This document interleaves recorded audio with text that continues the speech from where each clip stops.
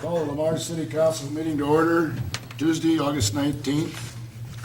Could we have roll call, Bev?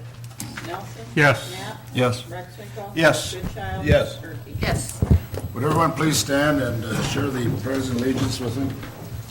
I pledge allegiance to the flag of the United States of America and to the republic for which it stands, one nation, under God, indivisible, with liberty and justice for all. Thank you. Motion to approve the agenda? Second. Motion been made and second to approve the agenda. All those in favor say aye. Aye. I'd like to welcome everyone in the chamber today with us, and Bennett from the Lamar's Daily Sentinel, and particularly you people that are watching over television at our council meeting. I must say that we do have a whole wagon load of things today that we must cover and go through, so we'll try to move them along as fast as we can. The first thing on the agenda is the hearings, and we have one today, and it's a request for the rezoning and final approval of Crescent Ridge. The council set this as the date and time to hear a public comment regarding the proposed zoning change of Crescent Ridge Addition B2, which is general business, or R rural district, and R1 residential district. At its July 29th, 2014 special meeting, the Planning and Zoning Commission recommended the zoning change. The final plat and restrictive covenants are also attached, which consists of 10 lots. The Planning and Zoning Commission meeting is Monday, August 18th, which was yesterday, and the recommendation will be available at the meeting. Scott, you want to cover that recommendations they last night at the Planning and Zoning meeting? Yeah, essentially, they recommended approving the final plat and the restrictive covenants for Crescent Ridge with the suggestion that city water, city sewer, that's sanitary, as well as for the subdivision to be compliant with other subdivisions, to consider curb and gutter in the future, possibly storm sewer in the future, along with the proper drainage and hard surfacing of that gravel road. Okay, thank you. Any questions on that? At this time, I'm going to open up the hearing and ask if there's any objections or comments to the proposed zoning change. After hearing all the comments, I will close the meeting. At this time, it's open. Neil? Yes, Neil Adler, Director of the LBIC. Just wanted to make the statement that the LBIC certainly supports the recommendation of the P&Z and would hope that the council would at least have discussions regarding the infrastructure that was recommended by the P&Z, not at this time, but at the appropriate time in the future. We feel that certainly just having the discussion and making potential buyers aware of what will be looked at in the future will potentially create an atmosphere of greater interest, and also will possibly affect the pricing of the lots as we move forward with that. So we support their recommendation and hope that you would consider that discussion. Thank you, Neil, for the communication on that. Is there any other questions, comments? I'm going to ask once again that if there's any objections or comments to the proposed zoning change. At this time, I hear none. The hearing is closed. Entertain a motion. Motion approving the first reading of ordinance number 924, amending zoning districts. Second. Second. Motion made and second approving the first reading of the ordinance number 924, amending zoning districts. Could we have a roll call on that, Beth? Turkey? Yes. Rexbro? Yes. Goodchild? Yes. Nelson? Yes. Knapp? Yes. Motion carried. You want to go to the second, or you want to wait? I would suggest that you should approve the next two on the premise that Neil has LBIC has a offer to purchase of lots 5, 9, and 10, and it's predicated on this business getting done. Motion waiving the second and third reading of ordinance number 924, amending the zoning districts. Second. Motion made and second, waiving the second and third reading of the ordinance of 924, amending the zoning districts. Could we have a roll call on that, Bev? Turkey? No. Rexbro? Yes. Goodchild? No. Nelson? Yes. Knapp? Yes. Motion carried. No, it doesn't. No. Oh, it's got to have 3/4. Got to have four. Okay. No sense going to the third one then. Okay.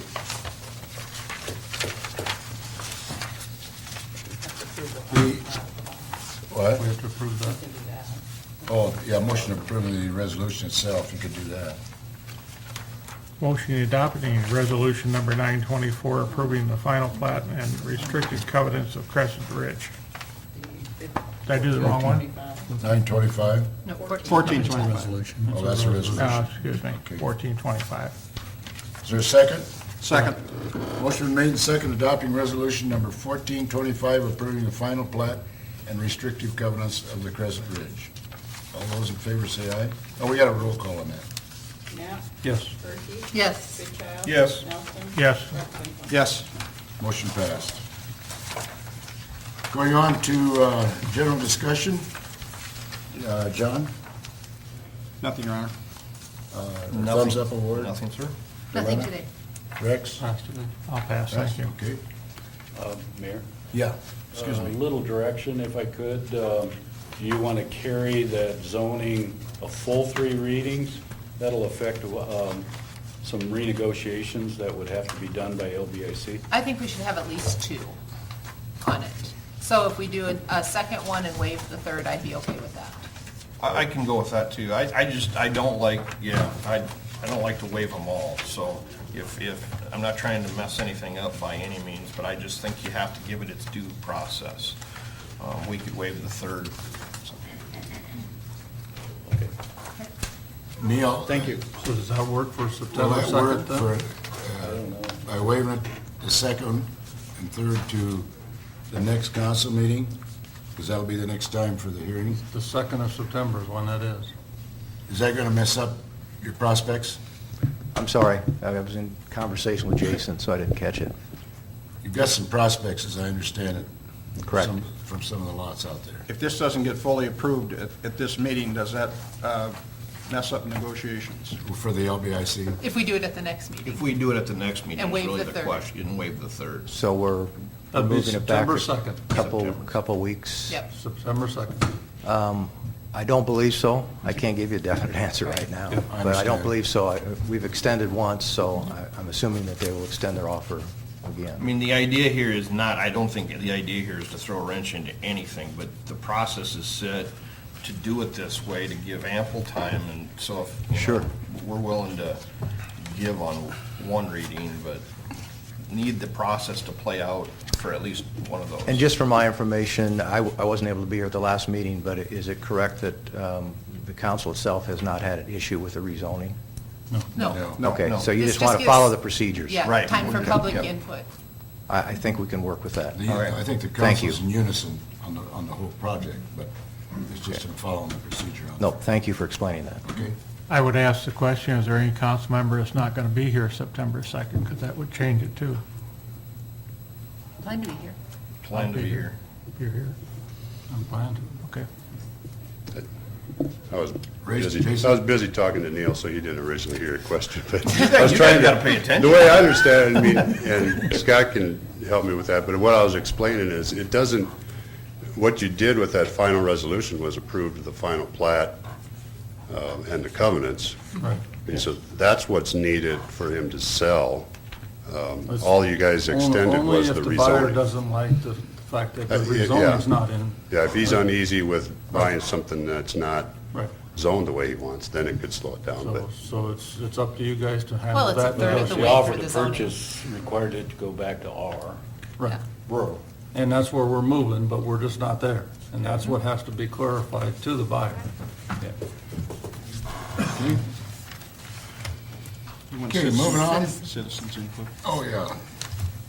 We have a general discussion on the citizens. If anybody in the audience or out there that has any questions, comments, or would like to talk about anything, we ask them to step to the podium and state their name and address. The council cannot make a decision necessarily today on the topic, but they are always certainly willing to listen. So, does anybody have any comments or concerns? Okay, not? We'll move on to consent items. All items listed on the consent agenda will be enacted by one motion. There'll be no separate discussion on those items unless a request is made prior to the time the council votes on the motion. Today, we have 9 of them. approval of the August 5th, 2014 regular meeting minutes, list of bills for the period ending 8/15/14, a monthly financial statement for July of 2014, the renewal and liquor licenses of Corkett and the Bar, library services, the library fees, the length of service award program, YMCA request for a street closure, and a final plat approval, Dogwood First Edition. At this time, does anyone of the council members have any questions on any of these that they want to be pulled? Make a motion approving consent items 1 through 9 as stated. Is there a second? Second. Motion made and second to approve items, consent items 1 through 9. All those, or no, we have a roll call on that, Bev, we've got a resolution. Knapp? Yes. Nelson? Yes. Gerke? Yes. Goodchild? Yes. Rexinger? Yes. Motion carried. Go to E, action items. I'm going to ask the council to take number 4, which is a request to vacate a right-of-way, and move that up to number 1 first. And the reason being is Mr. Mrs. Vanderplots has an appointment. It has to be in Sioux City, and so I've requested to put them up first. So it'd be number 1. It's a request for a vacant right-of-way. Dwayne and Julie Vanderplots are requesting that the city of Lamar's vacate a portion of Second Avenue Southwest right-of-way. The Vanderplots recently purchased the property at 134 Second Avenue Southwest, and a survey of the property showed the irregularity. The triangular piece of right-of-way does not contain any city utilities and is of no real use to the city. The staff recommends the council establish a public hearing to vacate the right-of-way and suggest that all the transfer costs be at the expense of the property owner plus $1 per square foot, which is about $158. I don't know if you've had time to read the request or the letter. Yep. Did everybody? So there's no questions on that? Scott, you point out, I think I know which little triangle it is, but can you just, It's right here. I Okay. think, isn't it? It's this Yeah. one? Yeah. that little There's an piece. aerial view of it. Yeah. like on the step, yeah. I ain't quite figured out why it's here. No, And makes no Mr. sense. Vanderplots, do you want to share with us? When we purchased the property, we thought it was actually, from what we'd been led, we thought it was in the parking, and we thought, no big deal, who cares? As we got the paperwork done by Al Fagan, we realized it's right in the front yard, right against the building, takes part of the driveway into the garage, and really is that triangle right in the middle of the front yard, so we're trying to clear it up. Our son, we just moved our son there, who works at Wells, and as soon as we get all of this cleared up, we want to transfer this into his name, but we want to get that all done ahead of time. Any questions for? And there's no other utilities? It goes nowhere, right? Oh, right. So, There was nothing showed up when they marked the utilities for us, because we also bought, maybe see that dark lines in the back, we bought that from Leo Langler. We're in the middle of finishing that up with him, so we're trying to get this all together before we make a new area and transfer it to our son and his wife. I'd make a motion adopting resolution number 14-28 establishing September 2, 2014 at 12 p.m. for public hearing concerning the proposal to vacate right-of-way and convey to the adjoining property owners. second, Motion made and seconded, adopt resolution number 1428, was that, John? Yes. 28, establishing September 2nd, 2014, at 12 p.m. for a public hearing concerning the proposal to vacate the right-of-way and convey to the adjoining property owners. We have a roll call on that, Bev? Knapp? Yes. Nelson? Yes. Goodchild? Yes. Rexinger? Yes. Gerke? yes. Motion carried. Thank you very much, folks, for being in attendance and explaining that to us. Okay, now we can go back to the number 1 item on the action items is the Skilled Iowa Initiative. At the August 5th meeting, the council was given information on Governor Branstad's Skilled Iowa Initiative. Mr. John Rod of Iowa Works Greater Siouxland will be present to discuss and answer the questions. I think we asked Mr. Rod to come up and kind of explain it to us, what it consists of. We had some of the council members have a few questions on it last time. Sure. So we thought we'd do this, so. Okay. Well, thank you for having me here. I'm John Murad, and I work for Iowa Workforce Development. I'm out of the Sioux City office that covers this area. What the Skilled Iowa Project is it's a system that's based on the ACT Career Readiness Exam. The National Career Readiness Assessment looks at foundational skills of reading, math, and locating information. Really, every job out there, you need to be able to read, you need to be able to do basic math and understand basic graphics. What this system does is it takes a look at those foundational skills by taking those 3 assessments, and they can earn a credential. A person who's looking for a job earns a certificate that they can take out when they apply for work. We have over 400 businesses in our region and over 11,000 businesses in the state now that are asking for this credential as part of their hiring process. So a person comes into one of our offices or goes to a testing event and takes this assessment. They earn this credential, and when they go out to apply for work, it shows the business what their work skills are, what their transferable work skills are. It gives that business a better way to take a look at their skills. When you interview someone, you're not necessarily looking at their foundational skills, you're looking at their people skills or their interviewing skills. There's a lot of good workers out there that are great at working, but not the best interviewers, not the best actors. This system gives you more information to make that decision on. A person can earn a bronze, a silver, a gold, or a platinum certificate that they take with them when they apply for work. In addition to that program that's between workers and businesses, there's also a program called Skilled Iowa Communities.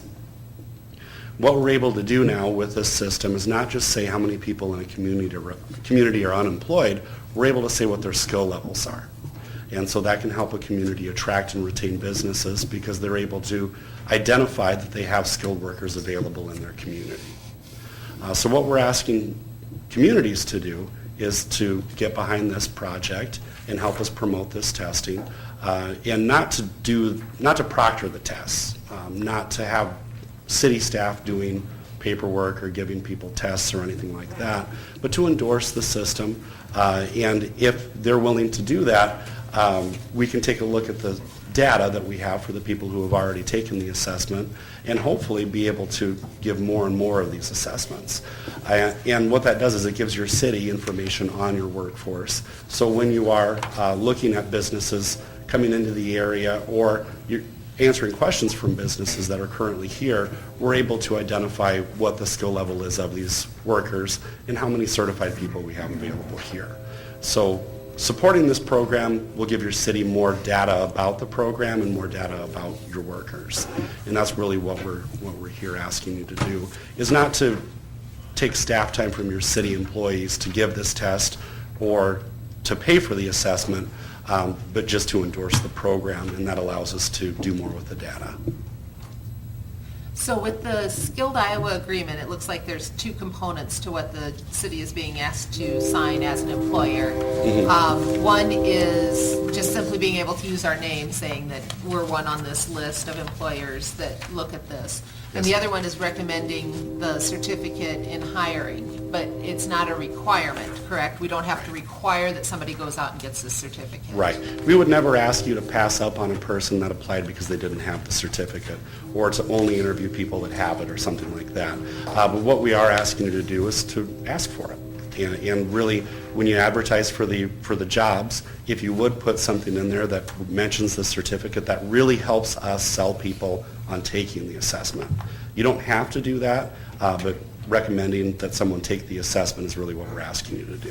Okay. So it's not saying they have to do it, and it's not saying you have to put it in your one ads or anything like that, but if you ask for the credential, it gives it worth. If businesses aren't using this, it's just another piece of paper that a person's earning in our office. But when businesses ask for it, that's when it has value. And I noticed in the Skilled Iowa information that we received, it refers to an Iowa Career Readiness Certificate. Is that exactly the same as, or is that separate from the National Career Readiness Certificate? It's the exact same It's just program. based on where it's offered. Right. But it's still good nationwide. They Right. can take it across It's a state true lines. portable credential. South Dakota has South Dakota's Career Readiness Certificate. We have Iowa's Career Readiness Certificate, but it's the same assessment, it's the same certificate. And ACT actually generates that certificate, and it's a registered document. So if a person would take the Career Readiness Certificate that they earned in Iowa, to Michigan or Florida or California or anywhere else, there's a certificate number on that certificate, so that business can go online and verify that they took the tests and what their scores were. Okay. And then I did speak to somebody from Workforce Development who indicated that the Iowa receives approximately $500,000 annually for the National Career Readiness Certificate, for the testing portion of it. Are there tax dollars, state tax dollars associated with the Skilled Iowa initiative separate from the federal funding? Well, the only real cost that we have other than the assessment itself is staff time to proctor the assessment. But there is an appropriation of federal funds that pays for the assessment itself. Skilled Iowa also has a foundation that's from public donations that they use to market this program. So you may see billboards or radio commercials, that sort of a thing. But that's not state dollars. That's public money that's been donated to promote this program. Okay, so the marketing is private money that's been donated or public money? It's private money that's been donated by major business supporters. Okay. And because there are a lot of businesses that are using this as a primary assessment for their hiring process. So as far as taxpayers are concerned, it's our federal tax dollars, which are still tax dollars. Right, that are paying for funding the this to the assessment. tune of $500,000 just in Iowa. Uh-huh. And is there any benefit to the employer aside from, I mean, it indicates that you're certifying a better trained workforce. Do you get a discount if you participate on like your unemployment taxes? Does it reduce your percentage on unemployment taxes? There is no discount on taxes, but turnover is a huge cost for businesses. And this program has been proven to be to give a good return on investment of tax dollars because it shows that a person has the foundational skills that it takes to learn the job-specific skills that a business needs. So there is a return on investment of your tax dollars with this because it reduces the amount of time that a person is on unemployment. It helps a person find employment faster, which is a benefit to the tax base for unemployment. And it reduces turnover, which is a huge return on investment for the business. And then you said you don't expect the city to do any testing. Are there reports or anything that the city is required to sign? So aside from signing this one sheet of paper, you aren't going to ask our human resources to do anything else down the road? No, we would provide your staff with data, and what you do with that is up to you. But the data that we'd be giving you is people that have taken the assessment in the region, businesses that have signed on in the region. We're not expecting you to process anything and return anything back to us. Some cities have helped us spread the word to the community, ask businesses to sign, ask people to take the assessment, have their staff take the assessment, but that's all optional. There is no requirement for you to do any reporting or set up any special hiring process or anything like that because of this. There really is no cost to your city to support this. Okay. Well, thank you for coming and explaining some of that. Any other questions for Mr. Murad? Motion approving the Skilled Iowa Agreement on Governor Branstad's initiative. Is there a second? Second. Motion made second approving the Skilled Iowa Agreement on Governor Branstad's initiative. All those in favor say aye. Aye. Opposed? Aye. Motion carried. Thank you. Thank you very much, Mr. Murad, for coming in and sharing that information with us. We appreciate it. Thank you for your support. You bet. Under action items E2 is the CDBG Downtown Facade Program. Attached is an update and schedule of the CDBG Downtown Facade Program dated July 22nd, 2014 with the revised schedule. Also attached are 5 plan sheets of the total set of plans which show the general scope of the work involved. Mr. Peter Franks, architect that has been working with us on this, will be present at the meeting to discuss the full scope of the project and answer any questions from council. Mr. Franks will submit said plans to SHPO, SHPO, for the required review on or about September 1st. Mr. Peter Franks and city staff are recommending the council establish a public hearing on the plans, specs, costs, and form of contract on this project. The project budget is listed on the attached sheet. So, Peter, Frank, it's all yours, and letting us know where we're at and what we're doing. Okay, very good. Thank you for allowing me to be here, and hopefully I can answer whatever questions you have. The information that was shared with the council pack, I'm not going to go through it line by line.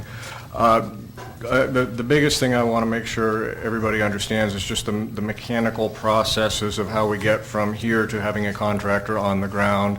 And a big part of that is getting documentation submitted to the State Historic Preservation Office, which is part of the larger Section 106 review for anything that involves federal funding. And I'm sure this is not the first time you've been through Section 106. Specifically with our role, the Preservation Office is zeroed in at looking at if the proposed modifications to the buildings are consistent with the Secretary's standards for the treatment of historic properties, which they are. And that's part of our role, is to make sure that what we're proposing is consistent with the Secretary's standards. But we also want to make sure that the information that SHPO receives is clear and understandable for the things they're looking for. On the sample drawing sheets that you received with your council pack, you might notice that there's a Section 106 review block that is kind of a standard rubber stamp type template that we use for all of these sheets. And what those do is they lay out a brief description of what the character defining elements are that are intact, what the elements that are intact at any one of the subject properties is, but is no longer historical. So if, for example, we have 50-year-old windows in a 100-year-old building, the windows are not going to be nearly as much of an issue as the 100-year-old brick. So we try and spell that stuff out in our drawings in a format that the State Historic Preservation reviewers can be able to understand quickly what we're doing. We certainly don't have anything to hide from them. We tend to have a love-hate relationship with those folks, but more love than hate most of the time. So the process we're in right now is we've got a few building owners that we need to check in with one more time and to confirm some scope of work types of issues. Once we get our final questions answered and make sure that everybody's understanding what's being submitted to SHPO, the next big step in the process is to get our information fully completed and in a form that it's submittable to SHPO. According to the schedule that you had, that's something that we would expect to be able to do in approximately 2 weeks. We're saying September 1, which is a holiday, but we need one more meeting with a few of the building owners. We still got a few answers that don't even require a face-to-face meeting. And then at that point, we're going to feel like we've got pretty good command over everything, at least that will concern the SHPO office. The process then that happens then is we turn our information over to SIMCO, and SIMCO writes a cover letter and prepares the actual submission that will eventually go to the State Historic Preservation Office. And there's one more change of custody in that process as well, which is it goes from SIMCO to Ann Schmid, who's the Historic Preservation Specialist within Economic Development. And she's really the custodian of all things CBDG that are submitted to SHPO. So she's there as a safeguard, but also to make sure that things are logged in appropriately and that the inventory items are listed appropriately and things like that. So her job is to make it as smooth as possible for all of these things. Once SHPO has it in their custody and logged into their system, then that's when the stopwatch starts for their 30-day review period. While that 30-day review period is going on, we'll be finalizing our bid documents and getting our specifications wrapped up. And the item that's part of what was just read by the mayor here is that our next major item that would involve council here would be to set a public hearing for the plans and specifications in the form of contract for the project. And the schedule that we're operating right now has that scheduled for September 16th. Subsequent to that, we would be putting the project out on the streets, assuming we get no interference from SHPO's review. And our schedule right now has us doing the bid opening on October 16th and then awarding of the contract at the subsequent council meeting. If there's anything specifically about the individual buildings or anything like that, I mean, the dilemma of doing old building work is the contractors always want to know where do you stop, and my dilemma in presenting to you is to say, where do I stop here, because I could run down 29 building descriptions if you want me to, but that's not an effective use of your time, I'm sure. Peter, the question I have, do you bid this out? Is there quite a number of bidders you expect, or in this business? Not quite a lot of bidders. Our experience has been that this tends to attract a specialty contractor who's either done one of these before or has a fairly deep bench with historic preservation type projects. There's a lot of general contractors who tend to get spooked off just because of the Davis-Bacon and the type of project and things like that. This is not for everybody. We are in the process of bidding a project right now that's another facade project that we're opening later this week, and we have 4 general contractors sniffing pretty seriously at that one. We expect to get 4 proposals.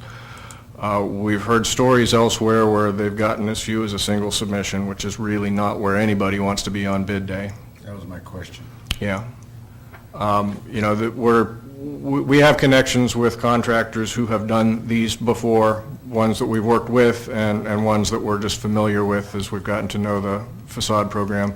So, you know, we're certainly, once we're ready to put this out on the street, we're going to make direct contact with them and say, the drawings are now available, here's our bidding schedule, we sure would appreciate you at least being aware of this, and it's up to you what you want to do with it. But that sometimes can be a big way of kind of just getting interest stirred up, is to directly contact them and say, you know, not sure about your schedule, not sure about what all you've got going on, but this is something that, you know, we'd like you to be aware of, and let us know if you have any questions.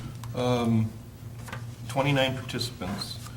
Does the design of all 29 go consistent throughout? I mean, are they all basically the same concept, and only 29 different shapes and sizes, but this whole same concept? Like, do they flow together?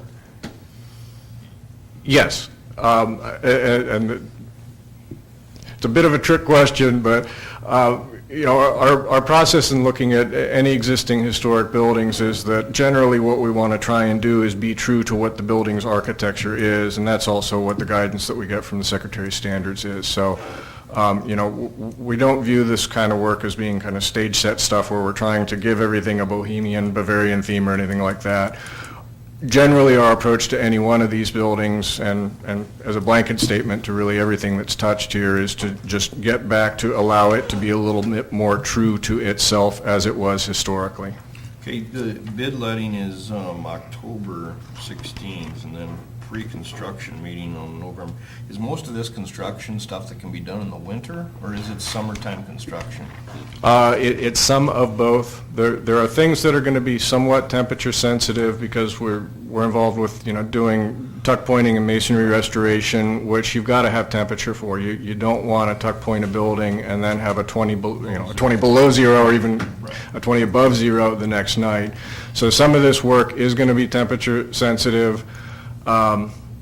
What I can tell you is that our experience of doing the construction on the Manning facade project, we started construction in late August, early September, and it went right through the winter. And the masons particularly were just able to do what they could do at the time. You know, is it ideal to be doing it in December and January? No, but the contractors who are bidding this, the flip side of that is that they've got folks who are otherwise available. So I mean, it's a mixed bag where if we're bidding something that's going to be later on in the year beyond when the ideal time is, we're also going to find contractors who are looking for things for their guys to do, even if they realize that there might be some downtime due to weather delays and things like that. Well, that was my question, was I'm not a downtown retailer, but I was wondering if construction could be kind of put off until maybe the middle of January and then work into the beginning of spring where you have more temperatures, but save it, you know, save the downtown area for the retail over the holiday season and stuff. It's just That's certainly a possibility. I mean, the schedule we have laid out right now is basically working ahead as quickly as we can to get the thing bid and started. If that's a concern on the part of the business owners or the city, then we'd certainly be willing to have that discussion. And in our specifications, we can steer the project time frame to some extent. When we let a project, unless there are very specific time requirements, what we'll do is put a duration in that they've got 150 days to complete the work once it's awarded. Now, there's going to be delay due to weather that's acceptable, and there's all kinds of mechanism for that kind of stuff. But generally speaking, how a successful contractor who's awarded the contract would handle the schedule is really up to them. which building they do first, which building they do last, how many they want to try together because there's comparable scopes of work and they can get some economy out of having subcontractors here on particular days. That's all considered to be means and methods types of things that are under the general contractor's control. So we can't really tell them, you know, we want you to do Linda Mayrose's building first because it's the one we'd like to see finished first. That's not within my authority to do. And there is, for the program itself, there's a finite amount of time, correct, that the grant? For the overall grant, there, yeah, it's awarded with a 3-year time frame to completely close out the block grant. For the first several years they issued the awards, it had a 2-year time frame on it, and what they found was that the 2-year time frame was simply too compressed, so they've relaxed that in order for projects to be able to breathe. They also, as long as there's a reasonable request for any extension to the block grant projects, they're not in the habit of turning things down as long as they know people are working towards getting the work done. Because that deadline is not just hammers down, your work is over. You have reports and No. everything that have to be finished up at the end, I assume. Yeah, Everything's paperwork. The closeout for a block grant project, from my perspective, the closeout is when the contractor says we're substantially complete, then we come through and do a punch list inspection and identify any things that are either deficient or incomplete. Then the contractor has amount of time to correct those items, and then they'll come back to us and say, you know, re-inspect, we think we're 100%, let us know if you feel differently on any particular item. On the Manning project, we had about 195 items on our punch list for 17 buildings, so it tends to be a rather thorough process. Once we are at 100% and we're able to release the retainage to the general contractor, then the economic development side of things to close out the block grant has a whole nother set of processes that includes a closeout visit that they call it a closeout site inspection, but the person who does these kind of walks around and says, yep, your buildings look different than they did 3 years ago. Where's your paperwork? And then they spend the rest of the day essentially auditing the paperwork to make sure that the meeting minutes are there and that all the Davis-Bacon paperwork is there. And you know, it'll be a file cabinet full of audit for somebody to go through and just check off all the boxes of things that need to be in order and filed appropriately and that kind of stuff. And fortunately for me, that's not part of the architect's job to make sure you pass that bar. And the only other question that I have for maybe Scott or Bill is this project was a $1 million deal, 500,000, 250, and 250. Where's the extra 18,000 come from in the projection? I'm just curious where that kind of money, where does it come from, or how does that work? We hope everything doesn't go to the 20% contingency, right? Correct. There's, you know, on a project like this, the numbers that we're using in our estimating are the best numbers we've got, and they're based on actual experience. This type of work is exceedingly hard for contractors to bid. This type of work is fairly hard for us to estimate. So, you know, we're doing our level best to give you the most professional estimate we can, but it's still got a plus-minus factor to it that's way different if we were building a new building and everything was very precisely predictable. So, at this point, you know, $18,000 on $1 million budget is small enough that that's well within the margin of error, and you know, once we get the project out to bid and see what the bids, please don't misunderstand me that we're just kind of throwing this out there and whatever comes back, because we want to have control over this and have pretty clear expectations. But when you put a project like this out, it's out in the hands of the marketplace and the construction community, and you know what I'm hearing right now, particularly in the Omaha area, is we got contractors who were calling us a year and a half ago saying, I'm going to let my guys go if nothing turns up here. What we're hearing now is those same contractors saying, we're good for the rest of 14 and early 15, we're not even bidding anything right now. So the pendulum has swung to the other end to some extent and is in catch-up mode. So that's true, I think, of general construction, generally in the building construction world. And in the preservation world, I don't know that it's quite that extreme, but there's a sense in the construction industry right now that they've got the wind at their back for the first time in several years.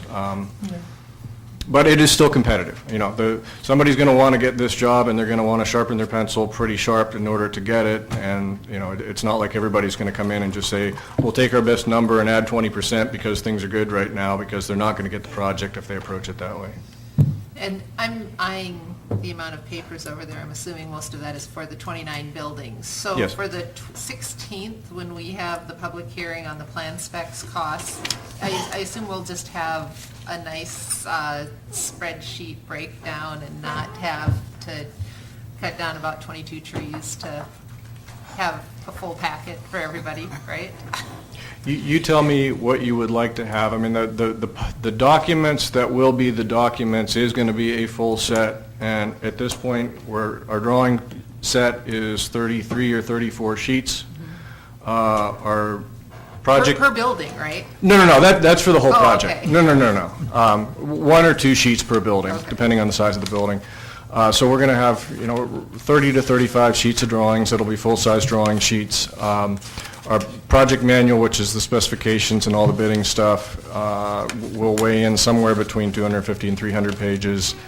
And then the contract documents, the actual contracts themselves is another 40 or 50 pages. I don't want to print that for all of you guys. What we typically do is have a set that is a City Hall set for public view as well as council review, and then I guess I'm going to turn the tables on you a little bit, Delana, and what is it that you want from us to be able to kind of capture the essence of the project? Yeah, personally, I'd like to just see a spreadsheet. Buildings 1 through 29, you can have the addresses by them with, here's the breakdown of costs. You've got the Okay. hard costs, and I know there's several different categories under those hard costs. Right. And then you've got the soft costs, Right. which is the stuff that I don't like to discuss because it just angers me. And then it comes out to the bottom line. And then way over at the side, then you've got the $1,018,000. Right. So Okay. that's, I don't, So I if don't I- need pretty pictures, I know what the buildings are, we can look, if we've got a Okay. copy out here, we can look at all of the proposed drawings and everything, and So if we can collapse the project into a single 11 by 17 spreadsheet, you can even have two 11 by 17s if you need them. There'll be 2 copies at City Hall, Okay. one for clerk and one for code. Okay.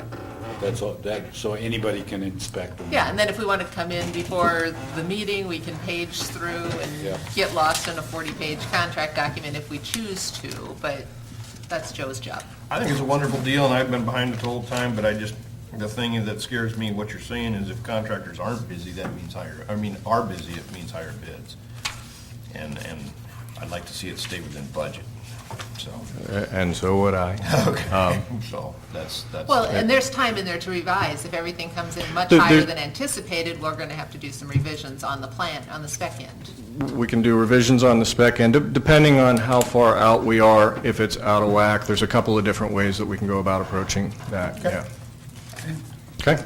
Any further questions for Peter?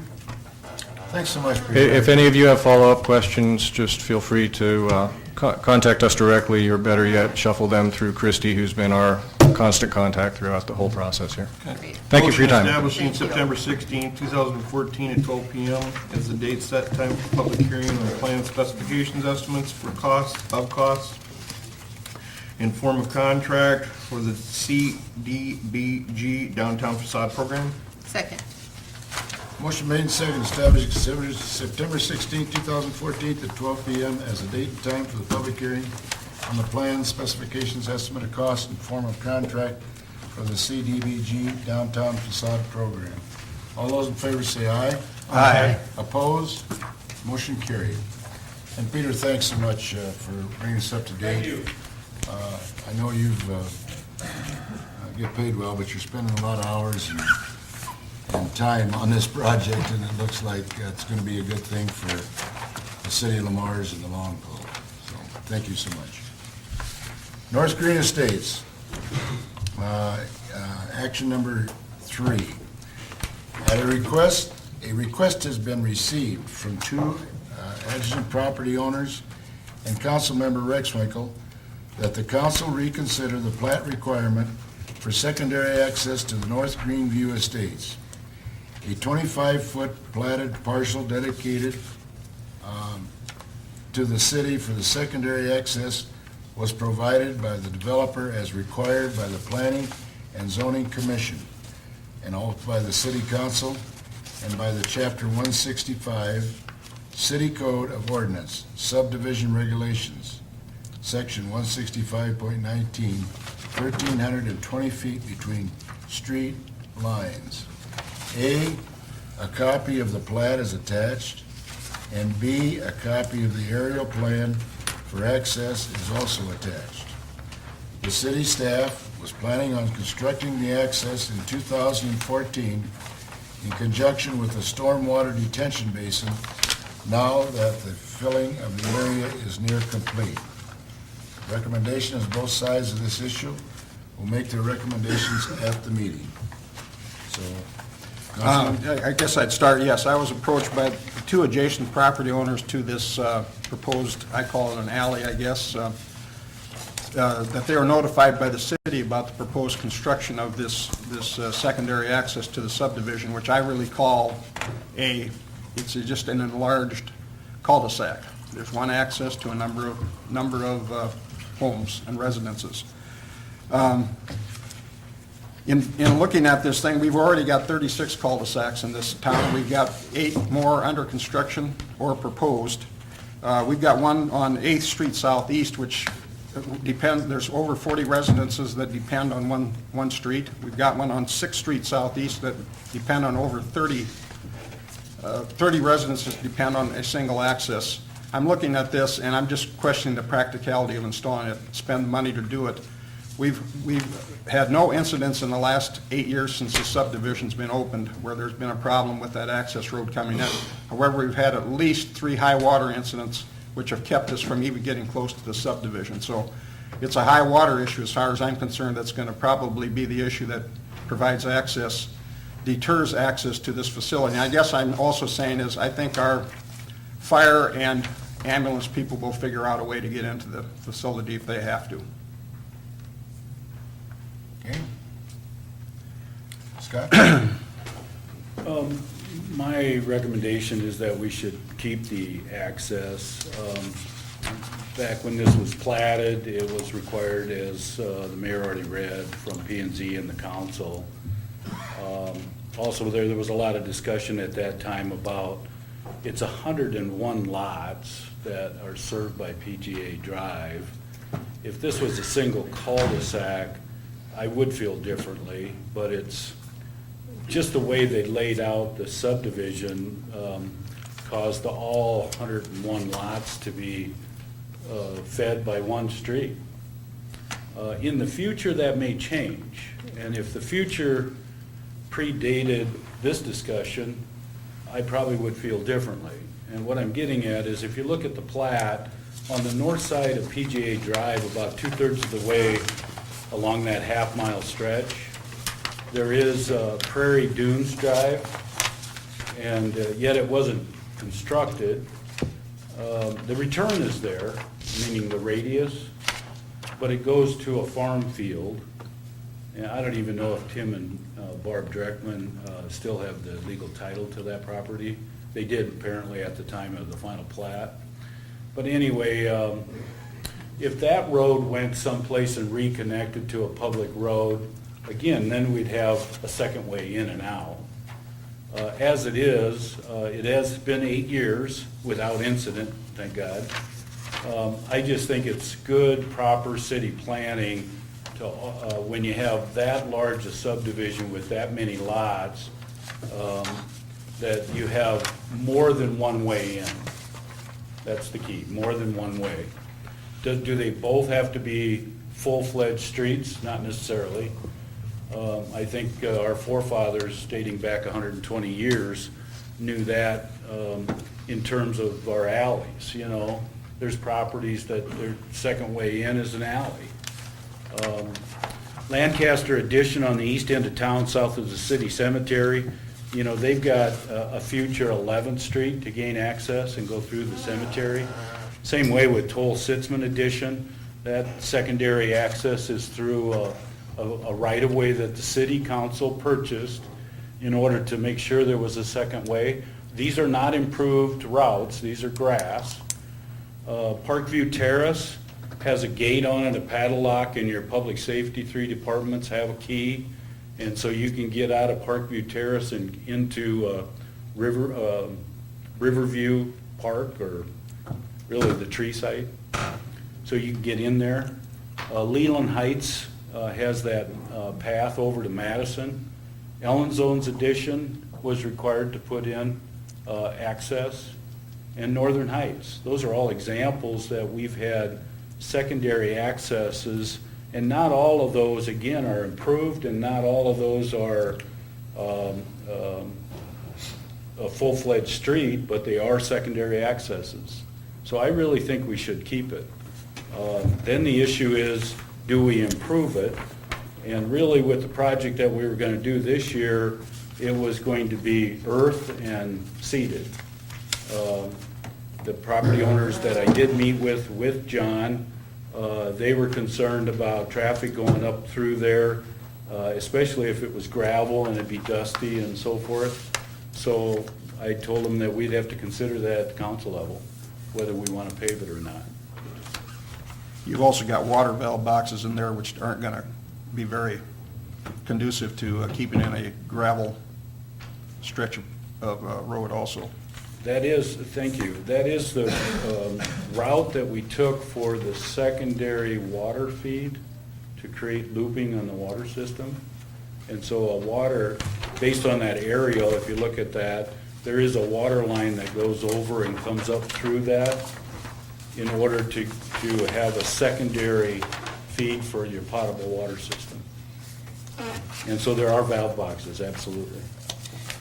When this was developed, I guess my first question is, why wasn't this required of the developer that this be finished to the terms of the planning and zoning at the time of the development? You know, if it was done 8 years ago, it wouldn't be an issue now. Why was it delayed? It was delayed because of the needed construction of the 27 holes of golf. The developer, that's a long story, this whole thing. The developer donated to you, the city, I believe it was somewhere in the neighborhood of 38 acres. So it was a give and take, Delana. 38 acres came to the city to develop the golf course. For that, they wanted the permission to borrow soil from those 38 acres. And that's really what gave us the 3 wetlands that are south of the lots. It also gave us the irrigation pond for the golf course.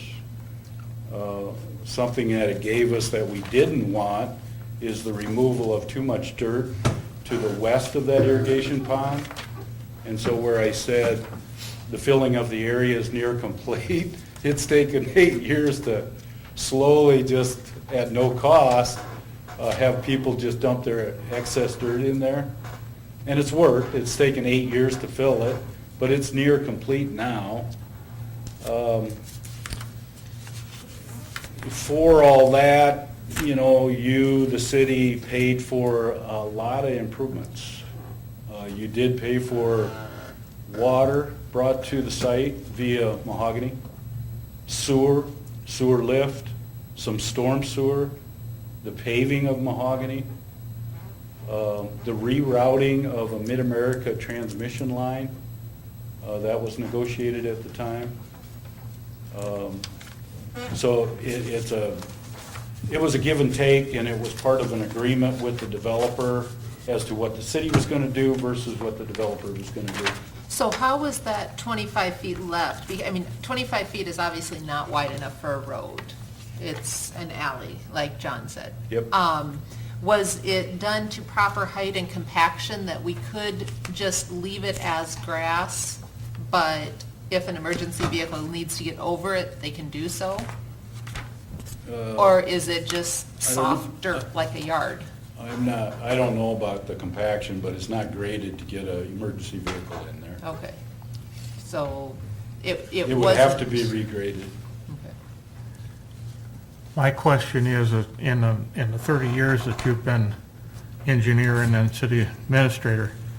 Have the city ever gone in and changed a plat 8 years after it was agreed to by the zoning board and the city council? In terms of access, not that I can think of. Is it even legal for a city to go in and change a plat? Or is it not the responsibility of the developer to come forward and say, I want to do this or that, and then go through the zoning board and through the council to make that change? Is it our choice to do? Changing a plat, no. You would have to go back to the subdivider if you wanted to replat. It depends on what we do with this request. If the request is to leave the plat alone, simply not build the access, that would be within your realm. If it is to take the 25 feet off the plat, then I'd yield to Joe if we're going to change the plat or just deed it to the adjoining property owners. You could vacate the usage of it. I take it we've got an easement over that. No, it's dedicated Oh, by it's plating. dedicated. Okay. It's dedicated by plating. And there's nothing in this area either. Well, So I mean, the No. water main. But I'm saying there's no private property. The private property people adjacent to this have not put anything in that right of way. Because they know about the right-of-way. They've known about the right of way. But again, I go back to the fact that there's much greater chance of a flood keeping people out of this entire subdivision. Maybe we need to look at some way to, Willow Run, I consider to be a cul-de-sac also, although it's got 2 streets. If there was a major issue on one of those single-lane roads on that boulevard, I'm sure it would affect both streets. Yeah, the sheer numbers are less there. There's 22 lots there. Right, but like I say, we've got one in town here with over 40 lots, one with over 30 lots, and I've looked at it, and to say we've got access, if we got into the winter, we'd be stuck before we got to the subdivision from another way. what are we thinking are the emergencies that this would be used for? Just so I know. Any natural disaster that might plug off PGA Drive from Mahogany to Ryder Cup. So you're talking about something like a natural gas line or something like that on PGA? Oh, it could be a sinkhole, could be natural gas, it could be tornado. Earthquake. Could be high winds. But it'd have to be just on that front, 15 lots on both Somewhere. sides. And it would also be, under the same situation, we're looking at having to get an ambulance or a fire truck into the area. So even if you had a problem on the access, that doesn't mean you'd have an emergency in the subdivision. That's true. Well, I think back in 1994, Right. tornado come and Right. took part of the roof of the golf course and went up to that east end of town. It did. And we plugged up everything in Athens first edition and the Curse first, second, third, and fourth editions. It was all plugged up. I think though, when, I mean, it can happen, guys. and And now it's only happened in one time in my 30 years. right, and I'm not saying it would, I'm just, I remember, I think Mr. Shipper and I talked when we first had high water last year out there. And they said if they had to get a fire truck there, they'd got a fire truck there. And what they'd have done is they'd have come through where hole number 4 and 5 are on Green, by Randy Cruz's house, come down through there and come down on the golf cart pathway between the 2 houses there. And it seems to me like we could improve that a little bit, maybe even make the path a little wider between like a DeBoer house and Knife's house or whatever, and have actually a wide enough path there, because it's almost wide enough, because it's a walking trail out there too, to do it right now.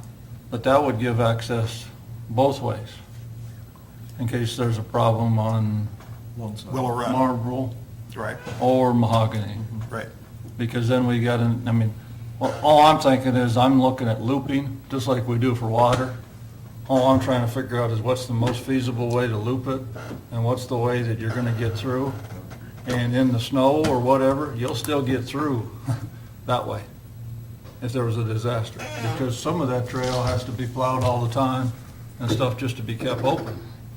I'm just thinking out loud. I'm not, I haven't had the discussion with anybody around the table besides Dave last year, just briefly when we were trying to figure out what the heck we're gonna do. And I don't know if he's approved that plan. I know he's sitting here, but this other one seems to be a more dangerous plan if we have to install that plan. Just for me. I was going to try to stay out of this because whatever you decide as a governing body, we have to deal with. Right. I know that everybody's in a panic when it flooded last year because there was no way in and no way out, but there was for us. I mean, the only thing is we can't assume going across private property. No. So if I would have had to drive through the Cruz property, yeah, we would have. Yeah. But I don't want to have to do that. I mean, mostly it would have been nice if Willow Run and this would have been connected together somehow when we did the golf course, but it wasn't. So now here's where we sit. But on last year, we couldn't get either way. Right. We would have had to come around from the east end and come through either on the trail or through private property and on the trail again. The only thing nice about this other access road, and I don't know if anybody's talked about it, is there a way, it's not a street like Delana said, to make it look like a cart path between those two properties, to come out with a golf cart and go down there and go out where they wanted and use it as a secondary means for emergency entrance maybe, and make it look more like a cart path like we have between whose ever house that is over the Knipes and over in that area. Make this look like a cart path also down to the driving range area and things like that, serving dual purpose as, hey, this works for this nice neighborhood with a cart path if these people that live by this have carts, and also works for an emergency vehicle as the same we're using on the east end. Because I'll drive on that trail if I have to. Yeah. I will come in here and ask for forgiveness for fixing concrete if somebody's life's in danger. I don't have a choice at that time. And that's why you hired me, to take care of those problems. So we'll figure out a way to do it. But I would love a second road into every cul-de-sac if you want to work on that. But as John said, we got 36 of them now that we have to deal with. And I'm not going to tell you that we can't, because we can. I don't want those people to live in fear that we can't get in there. But one storm, as Scott said, or one sinkhole shuts them off, period. And you can't come in and you can't come out. Even I know when we were doing some street repairs out there, Scott, they had to do, was it just part of it? Yeah. Because we didn't want to drive up in the lawns and things like that. That's what we run into sometimes. But you're the governing body, whatever you decide we'll deal with. But there's a reason it was plotted, and that was before my time here. And I know why it was plotted, and that's for access and basically an emergency, a storm or something like that, where it might only be one block, but if you start building houses on there and the storm picks the house up, throws it in the middle of the street like they do, you're plugged. So either way, we need to have some other way to get into these areas. So if you did a wide, thick cart path, because I assume you need it a little bit thicker to handle the trucks. Yeah. How wide? Are you talking like 10 feet? Well, our code says 20. If we make access roads, the code says 20. What do you need to get the truck down? Well, it depends on what you want me to plow through, but, that's something you'd have to figure out. The rec trails. Does it fit on the rec? I know, but does a truck? I would say at least 10 to 15. You can't be over 102 inches. No. 8 foot's tight, but we could go. If it's a backup, but if it's because the concern I have, or the problem I have with this is both of these roads that access this area, and I don't question the importance of protecting that many lots, that many people, and that many homes, but they're virtually by each other. They're close. Both gates are at the same place, so, something up between, like you say on that cart path as a backup makes a lot more sense to me than putting another access right next to the one that's there. We tie it with Willow Run somehow. Yeah, tie it back up in here somewhere. Just depends on, Clark, where you have houses. If this road that you're talking about today, this alleyway, if there's really nothing built on there, hopefully there isn't a lot landing on it. But that's not to say there won't be.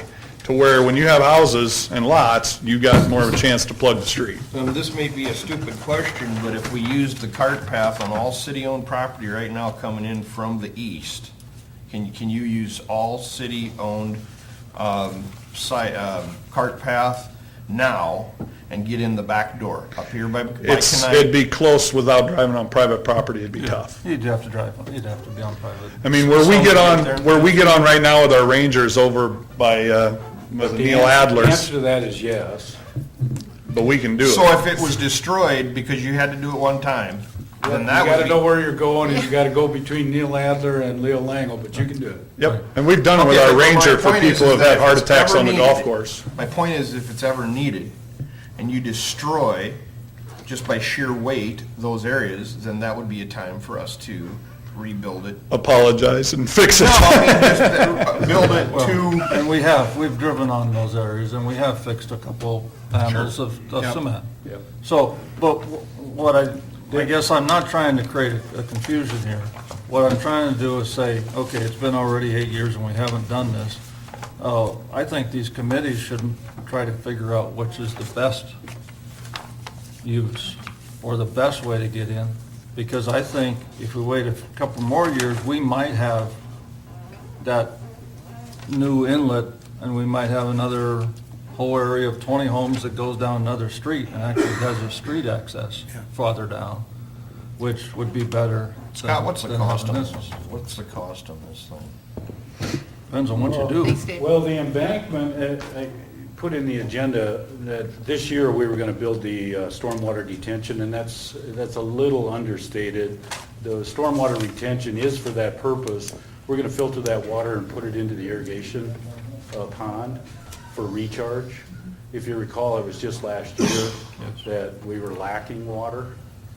And so it's for irrigation and it's for the retention of stormwater like we do all over town. So the embankment's already gonna be there, so then it depends on your choice as to surfacing. If we're gonna leave it grass, and Dave has to drive on grass, then it's just a matter of grading between those two adjacent properties. Otherwise, we can gravel it, or we can partially gravel it and partially pave it. Or we could pave the whole thing in accordance with what Dave just said. Maybe a minimum of 10 feet and treat it more, not as an alley, but as emergency access and a trail to get from that cul-de-sac over to Mahogany. And does that access road and the berming, everything that goes on with creating that detention basin, will that help alleviate the flooding, or is there, when it floods, there's just simply too much water that it won't even make a dent in access down Fourth there as it is? Flooding of what? Well, Golf course? when everything floods and they can't get to their properties. No, That detention the basin two won't are help at all. unrelated. Okay. Those are totally unrelated. This is to handle the drainage on those houses on the west side of Ryder Yeah. Cup. And I wanted to state that too, the isolation of the whole part, the subdivision from flooding of the Willow Creek, I think that needs to be separately addressed and permanently addressed.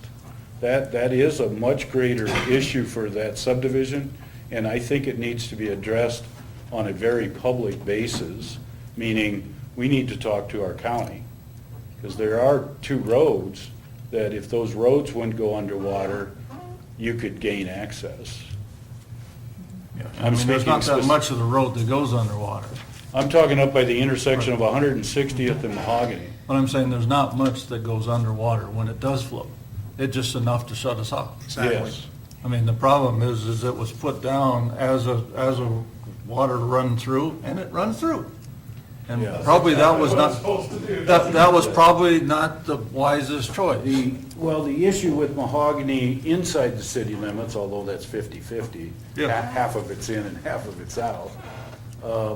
But the reason that was left low is because the designers in 1992, 1993, when the new bridge over the Willow got built, they designed that overall length of that bridge such that hydraulically the waters are supposed to overtop Mahogany in order to meet design flow. And, yeah, go back to not a broken record here, but that's what I say, I think a flood is much greater possibility, and I said I've experienced 3 of them out there. John, Since on that, I 06. don't disagree. The flooding issue is a serious issue that I think we as a public entity should address that. And one solution is with the county working with us. I don't think it's good public policy to trespass on private property to accomplish it. Let me ask the question. Thank God we've got good private citizens that don't mind that, but I think it's not good policy to require that Not gonna disagree. in the part of your public safety department. On Mr. Cruz's property, where would that be? Is it on the edge of his property? It's his driveway going right by his house, and his path that links our cart path with his driveway. He's got a path right up off of number 4 there, John. You can take his driveway, John, and drive right down to our cart path. Yeah. I guess what I'm saying is would it be money well spent to get some sort of a use agreement with him? You know, that we're gonna use it all the time, only in an emergency, which we would never have had to do yet. That would be a possible solution, if we wanted to do it by easement instead of roadway. That's a possibility. But But you're- right now, we're saying that they kind of are aware of it. We might do that. I won't say anything, Dick. We might do that. Well, we used it for a parking lot last year. Yes, we did. Well, and I'll tell you, Rex isn't the only one. There's a lot of citizens out there that talk to me about what would have we done if we would have had a heart attack out here or a fire. Well, I'll tell you what I was gonna do. I was gonna drive through Randy's property and ask for forgiveness later, which, as Scott said, they're good people, and his wife's on the ambulance, so it kind of works hand in hand, but that's not good practice. No, and that's not really the discussion we want to have, but we want to get a fix for this. But I'm just throwing out options because I don't think we have the right option yet, because we also got to work on the flooding issue with the county. I believe if we work on both of them, then we'll get it resolved. If the recommendation from the proper committees to handle this would come back and said, yes, let's make a grassway as designated. John, you've talked with the neighbors, are they more concerned about dust and traffic? I mean, if that was gated, would they feel better about it? It was just gonna get used in a blue moon? I think Scott had already talked to them about a gate, because you'd have to have a gate on each end, because you'd have all kinds of people trying to. That would be my point. I guess I don't play around on it or But whatever, but if it was grass and gated and the city mowed it, I really don't see how it's different than what it is right now. Who mows it now? Who takes care of it? Mary? they do. We seeded it and mowed it, we've taken care of it the whole Yeah. time. Mary, you have any comments you'd like to make? Yeah, I need to leave in a few minutes. Okay. anyway. I think our concern is with that, I don't know how you would grade it any differently, because right now it's perfect with our lawns on both sides, so I'm a little concerned about the grading, so I'd like to know that. We have a fence also right on the property line, so I don't know how you would, what's that going to require of us? I guess we'd like more information. The cart path is probably a little more palatable from an aesthetic point of view. And then to the point that was made, that road going out to Mahogany isn't going to help if it floods. It doesn't help the flooding. And then my other point would be the stormwater drainage system. I understand where that's helping, but that doesn't help the flooding either. And I watch that flooding every time it happens.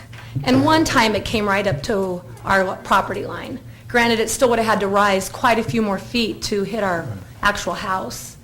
But I was always curious about why they're filling in the dirt back there, because I see where it catches water every time there's a lot of water. And so I don't understand, is there a plan to filling it in, and is the plan incorporating flood control? Because I worry that once you fill it into your satisfaction, we'll have a worse problem in our backyard. So those are the points I'd like to make. That's quite a bit.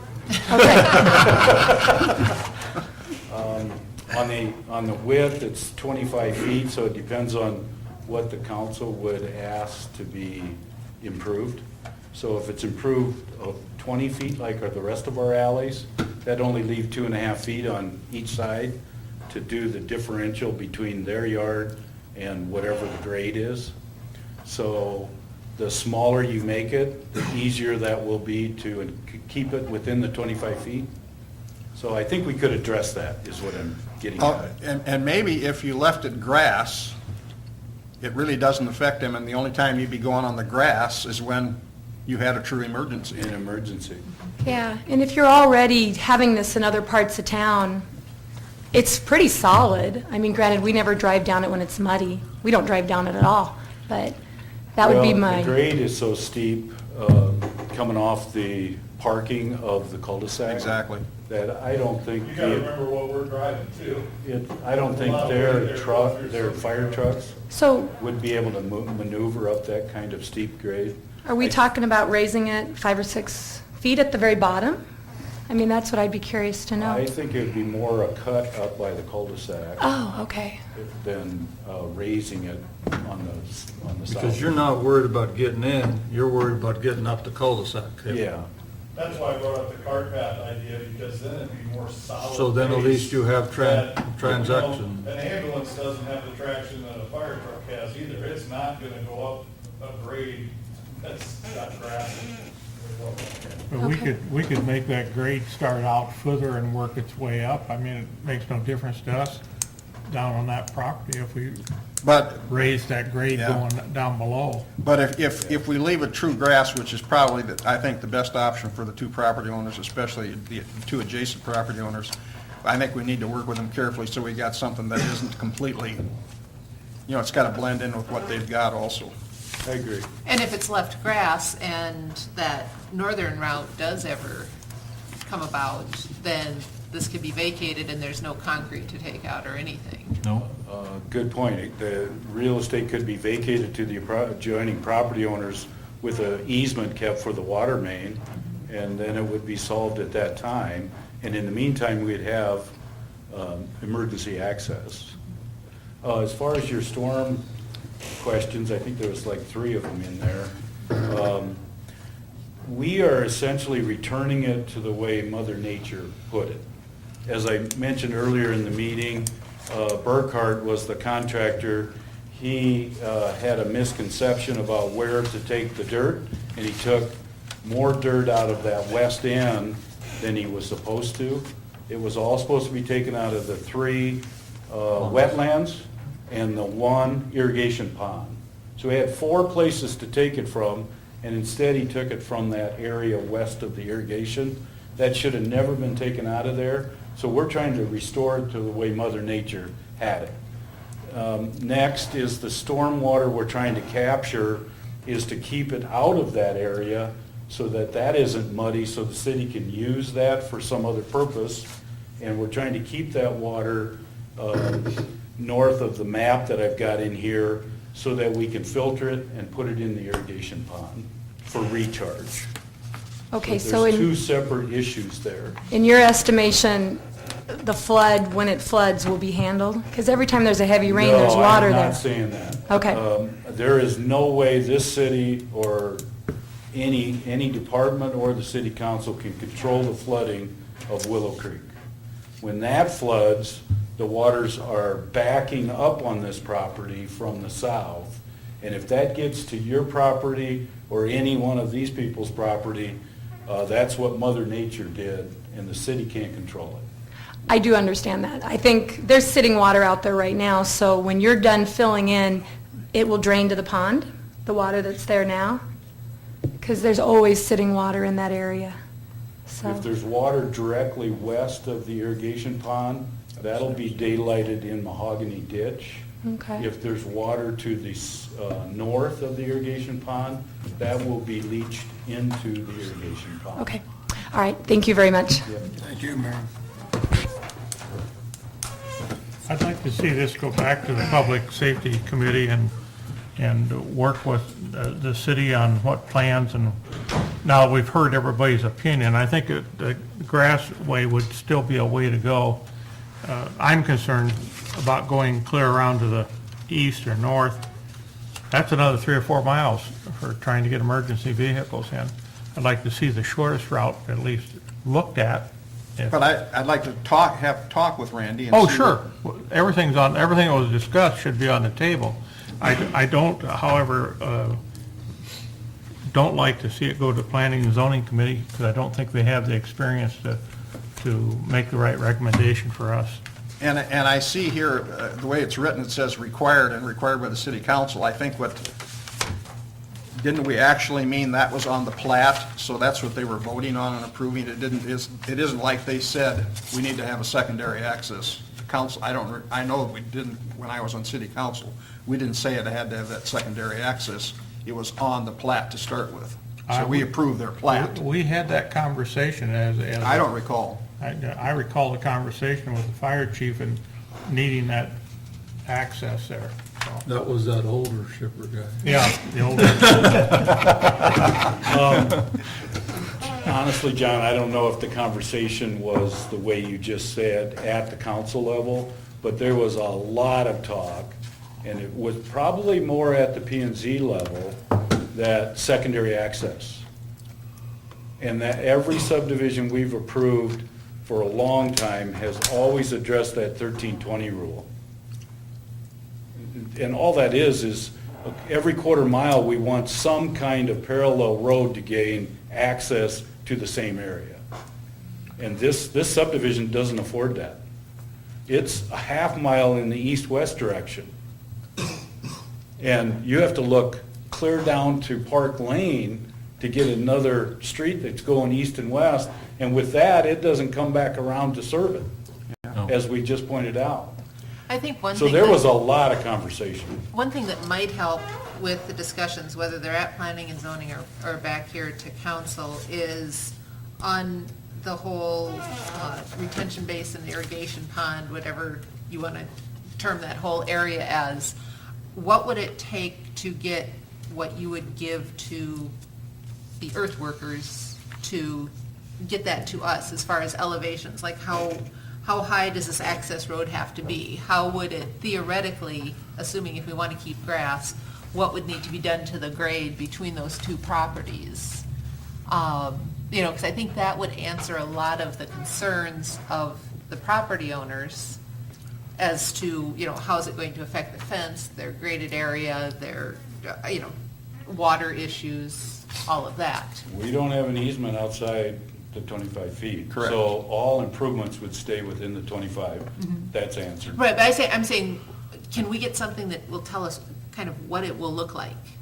You said that the grade there isn't good. How much and where does that dirt have to be brought up to? Where do you do the cut I could at? design it and bring it back. I'll be honest with you, it's still, the fact of the matter is, both entries to this development are so close to each other, it's ridiculous. Let's go talk to Randy Cruz and find a back door that is a backup access into this development, because these roads, no matter what we do, no matter what it costs, no matter what it looks like, they're right next to each other. They're virtually next to each other. It seems ridiculous to me. That's your code. Well, it seems ridiculous to me. But they're within about a block of each other. That's the 1320 rule. But both, But let's go back to public safety and have them see what their recommendations would be.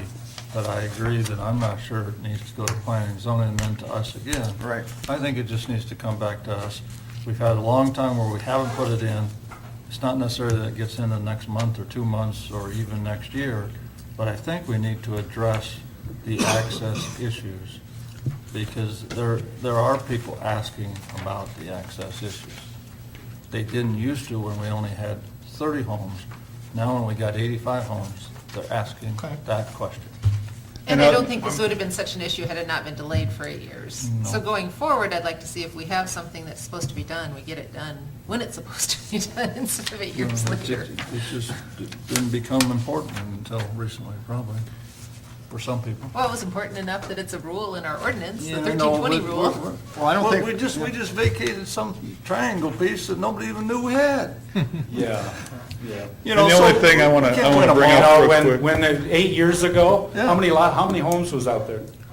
Let's even go 5 Well, years ago. that's- There was 12. 8 years ago, how many homes? One. zero, I'm assuming. Zero. It started new. Yeah, Right, one. So then 2 years later, we There were had a lots of couple them. homes. Yeah. Oh, 2 years 3 later, years there were later, lots. we had a few more, Absolutely. 5 now we're years. up to what, So I 100? mean, come on. Well, it's just. I it's won't just take double- that criticism It's doubled because in the the last subdivision 2 years. evolves. Well, I agree, and I think So- the second access is great, but I just think it's ridiculous to put both accesses next to each other. And I just want to caution you, the way our code is in the fire code part that we've adopted, calling it an emergency road then, because there are requirements for that, meaning the 20-foot, and it can't be grass. So if you're gonna call it something, you gotta call it an alley, or you gotta call it something, but don't focus on the emergency vehicle thing then, because there's certain things for emergency vehicles that we have to meet. But that's what you gotta tell us. Right, That's why so we we're- can that's talk why about that Kenny in wants public to send safety, it you back. bet, and I And you appreciate guys that. figure it out. Yeah, I we'll go can from short there. circuit the public safety. You need a secondary way in there, and it has to be some form of improved access. Cannot be grass. Okay. So that's what we gotta figure But out. it could be grass this way until it starts up, couldn't it? You know, Well, you've got grass, just the other subdivisions we talked about, it's all grass. they should There's over 70 houses involved in those two streets. You're talking 6th and 8th. Right, over 70 houses, and we got nothing but grass I agree. next to a berm. I agree. And I'll tell you what, that would be exciting too. But there are people Work that through drive with on a the big grass fire there. truck. I agree. Do we Where need, we at? do we need I a, don't think we need a motion to If have we- the public safety look at it, but Yeah, I would certainly hope that we could, at worst, if it ends up with doing something, that we can work with the property owners adjacent and come up with some sort of a grassed area. But let's see what public safety says. I guess. I don't mind I'd- you saying that the Public Safety Committee would give you that recommendation, but I guess what I'm asking is, now that you've heard half-hour input from the council, maybe the city administrator should talk with the fire chief, chief of police, and should be sitting there and say, okay, now which way would you prefer? And come back with maybe a choice. And with the county about. yeah, I think the flood issue has to be discussed But I at the think same that- time. But I think that needs to be discussed, because I don't think we can just let that happen every year and No. not discuss it. That's not very fair, I don't think. Well, if you're gonna look at the flood, when you stop and think about it, basic common sense, you're gonna look at the flood issue, and you're gonna probably end up working with the county to fix that portion of it. You're probably gonna end up raising those roads out to the north, going north, to fix your flood problem, so you can get in. And don't be surprised if that land north of PGA doesn't expand someday, and there's your two outlets right there. Right. That's what I'm saying. Yeah. Just so, You know, so if you're gonna look at a flood program, I mean, tie them together. Yeah. Look at your Yeah. flood and your. That's what I'm saying, You is see what I mean? correct the flood issue before you even think about an access road here, because like I say, there's a lot greater chance of a flood that would affect those accesses as opposed to a roof or a house on that road blowing in. well, we hope so. Yeah. Just leave me a path for my cart in case something happens before it gets here. 300-year floods now in the last 5 years. Yeah, I know, and that's why I'm saying it seems, this is one of those jobs when it seems really easy to sit up here and get policy, and it's not so easy to deal with life, because you're not sure what you're gonna get on this deal. But, you know, to have a pathway to go between the homes would be nice if something happened, obviously. But it may be flooded quicker than the access right now. So then we wouldn't have a room there. So. I'd make a motion to take this back to the Public Safety Committee for recommendations and consulting to be back in no less than 90 days. At least we have a time frame on it. Is there a second? Second. Motion made and second to take this back to the Public Safety Committee and report back to this council in 90-day time. All those in, I have to, that's not a roll call, is it? No. No. All those in favor say aye. Aye. Opposed? Aye. I think that says that you can talk to all the council people while you're doing all this talking too, to try to figure out. It was 3-2. What just happened? It went back to the Public Safety Committee to have a recommendation in 90 days, 3-2. Oh, okay. But we're saying that, the reason I think we're also 3-2 is I think we all are saying we want to be a little involved in this thing Input. with input. Yeah. But we are not gonna break any laws, break any rules, so we're not gonna have meetings about it, but if you got questions, we'll give you opinions. Okay, moving on. Number 5, request to defer sidewalk installation. Jerry Schroeder is the owner in Lot 1 AZ Development First Edition. Mr. Schroeder's lot is on one of two in the subdivision that has not been built on or therefore does not have sidewalk installed. Section 165.30 of the Lamar's Code of Ordinance states as follows: sidewalks shall be constructed and installed in any subdivision by the property owners in all blocks where 80% of the lots have been improved. The subdivision is 90% improved, therefore the owners of the two undeveloped lots were sent a notice dated August 5th, 2015, to install sidewalk by October 1st, 2014. Mr. Schroeder is requesting that the council allow him to defer the installation of the sidewalk for the reasons outlined in the attached letter. And did y'all have an opportunity to read the letter? What his Yeah, recommendations but were? did we really send it August 5th to 15? I changed the date automatically. Okay, that's what I thought. What's this? It said we sent the letter August 5th, 2015. Oh, I'm sorry, yes, 2014. Oh, okay. Gave him Okay. negative notice. Well, that's what I was, Yeah. we didn't do that. How long has the subdivision been 80% complete? Are you Mr., Probably 2005. Oh, okay. It hit 80% in 2005? Almost all the houses were built in 2004 and 2005. Okay. Mr. Schroeder, eh? Yeah. Yes. You may go ahead. Yeah.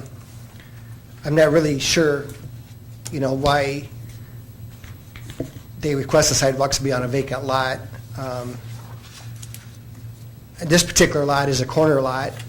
It has no alley access, so when we do build the house there, the excavators and the trucks and the forklifts have to cross it all the time. The whole thing will pretty much have to be tore out again and redone. So that's kind of a hardship. Also, once a sidewalk is on there, I'm not sure what happens in the wintertime. I live about 30 miles out of town. Do I got to come in and scoop the sidewalks when it snows an inch or for reliability problems and stuff? This is my fourth, we're building a house here in a subdivision that you guys were just talking about. We're on Turnberry, and I'm building another, this is my fourth spec house in Lamar's that we're building. And pretty much a lot of my funds are going there to get that done this spring, as I've noted in the letter too. So I did not know about this code, and I don't know if there's a variance or a continuance. We're planning on building in the next year or two on this lot.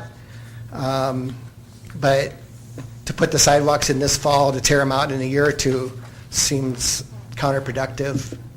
That's where I'm at. How many years have you owned it, Terry? Well, we bought them, we built two houses on that same Happy Trails 4 or 5 years ago. We bought 3 lots at this and built 2 houses in 1 year there. So 4 or 5 years ago, probably. 4 or 5 years, and so, I mean, can you commit to the city?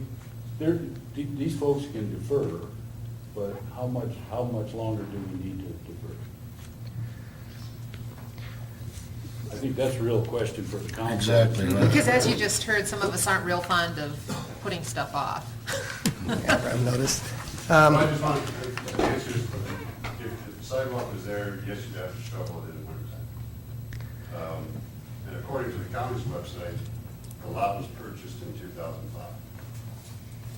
Right. So I've owned it longer than I thought. So, I will tell you that, if this house sells in the springtime, like we're hoping it will, in Turnberry, then this would be the next house that we would build. We had, was it 2 lots that the LBIC had to put sidewalks in on Holton Drive? And I think they anticipate they'll have a break area where they'll control that, but I mean, that, there's a reason for the sidewalk, and that's for people to walk and kids to get to school, et cetera, so they don't have to walk in the street. And we had at least one on 18th too, that's in front of an Yeah, I mean, I wouldn't mind deferring for a year, but I certainly don't think we want to stretch it out Yeah, too far. what if we gave until October of 15 versus October of 14? Yeah, we According to certainly what don't he want just to... said, that potentially he'll be building on this thing next year, but then you understand, if you're not building on it next year, we still need sidewalks. I would understand that. By next fall, and I think that's trying to be, is that being fair? Yep. Yeah, because this was the first notice you sent, right? Yeah, and Okay. the call actually came from a resident in that neighborhood, asking why is there no sidewalk? Okay. Motion to defer Wait, till, would that automatically include Lot 7 then? Are we going to give them an extension too? And I have I, not heard from that property owner at all.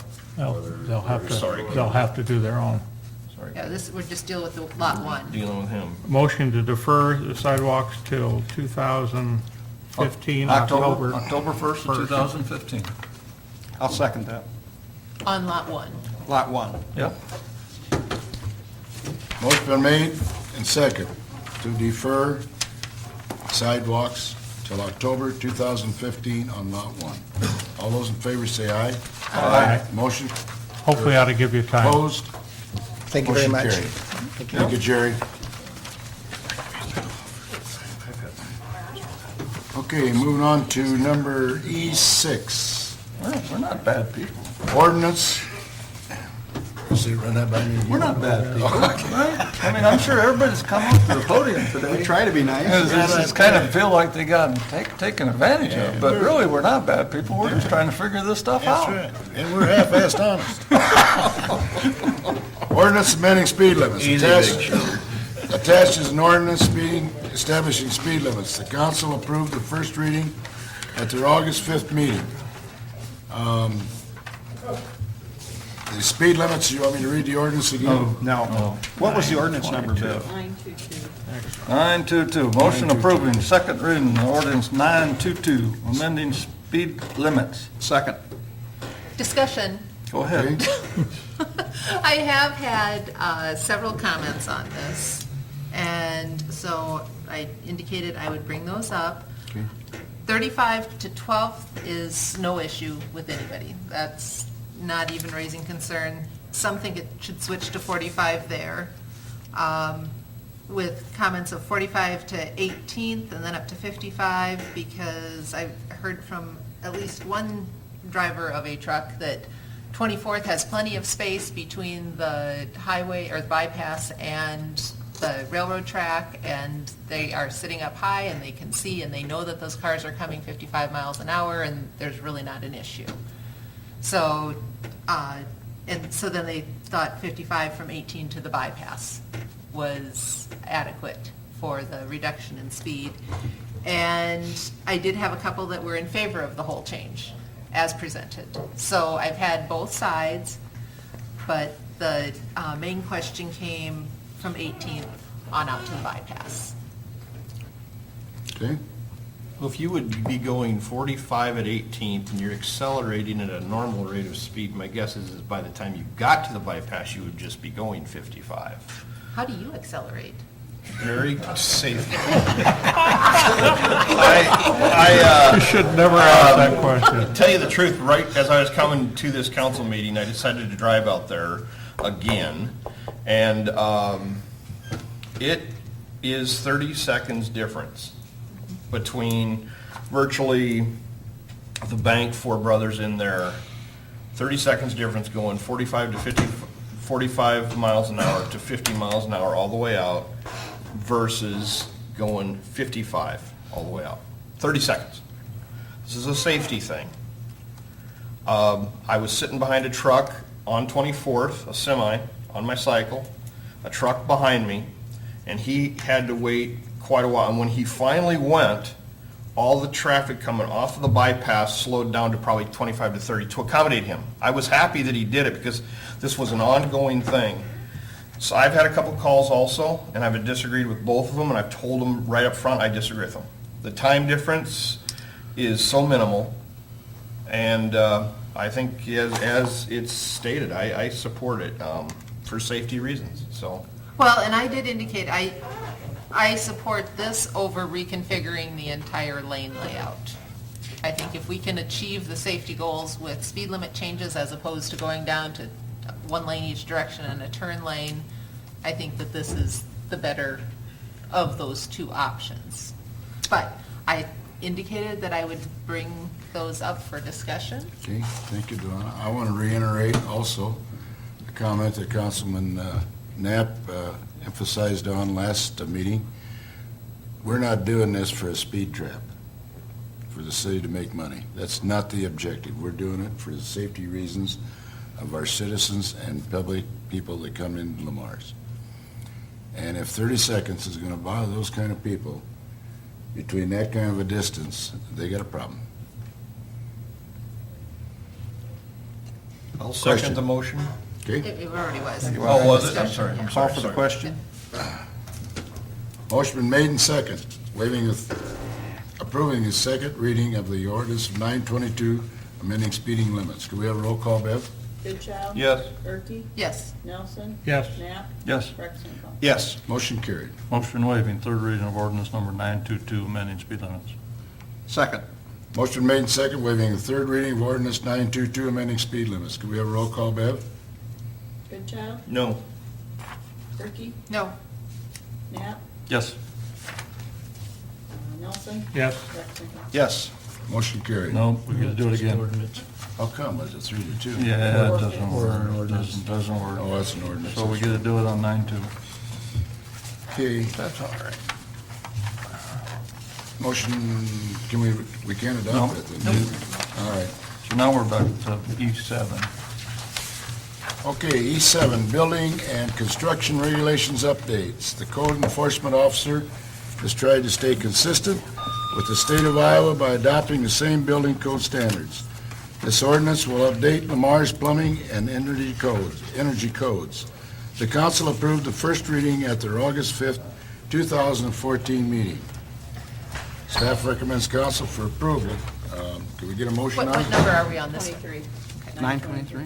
923. Bev? Motion approving the second reading of ordinance number 923, amending chapter 155, building and construction regulations. Is there a second? Motion been made and second, approving the second reading of the ordinance 923, amending chapter 155, building and construction regulations. Could we have a roll call, Bev?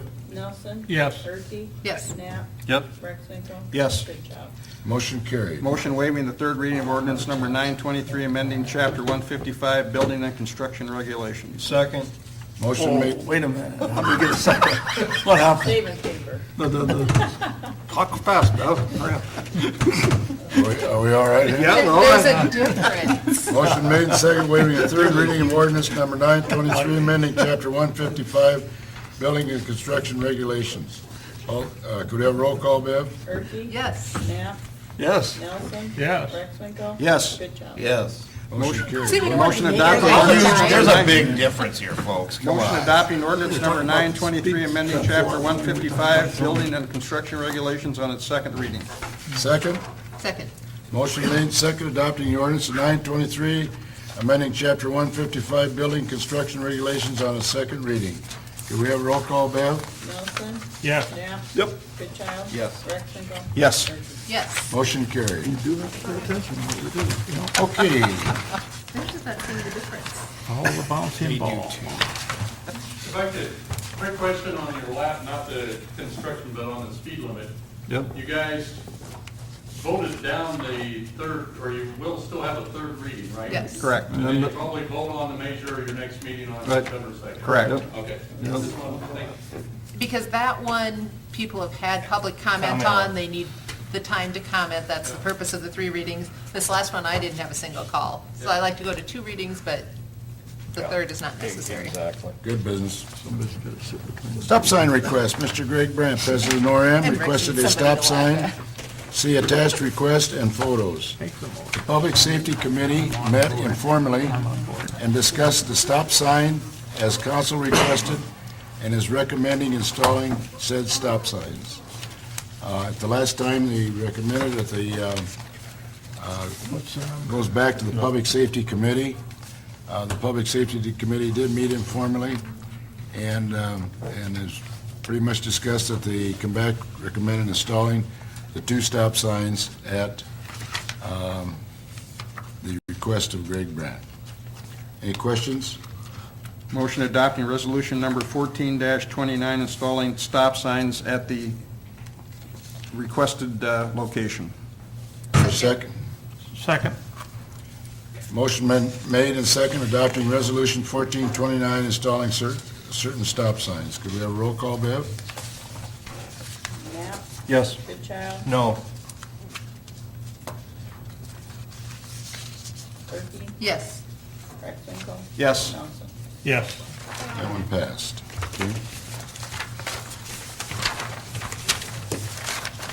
And there was pictures on that. I do want to point out on that, I drove it again this morning on that particular area. I forgot, but that is our truck route. It takes that same area. Posted, yeah. It's posted, truck route, so I just wanted to make people aware of it. Okay. Discussion. John? Nothing. Clark? Nothing, sir. Delana? Yeah, one of our action items brought up, do we have any activity on the 12th Street sidewalks I've been asking about for years, particularly across from the school track? Jason? Because that certainly isn't meeting the ordinance. The empty lot in Denali's may be close to being sold, Okay.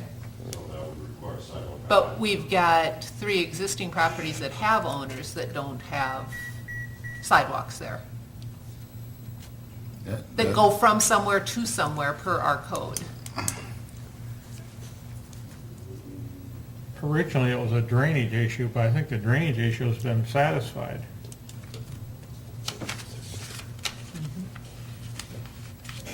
The empty lot to the west end, between the duplex and the old existing house, that's been sold.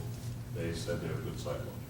They even said it last year when they were thinking about buying.